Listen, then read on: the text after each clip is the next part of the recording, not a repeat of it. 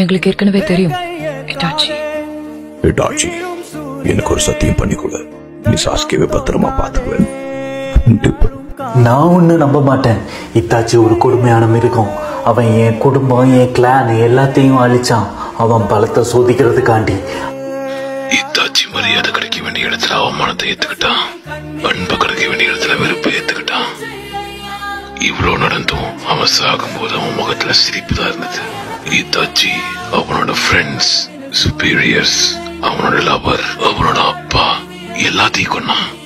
ஆனா அவனோட தம்பியான உன்னை கொல்ல முடியல.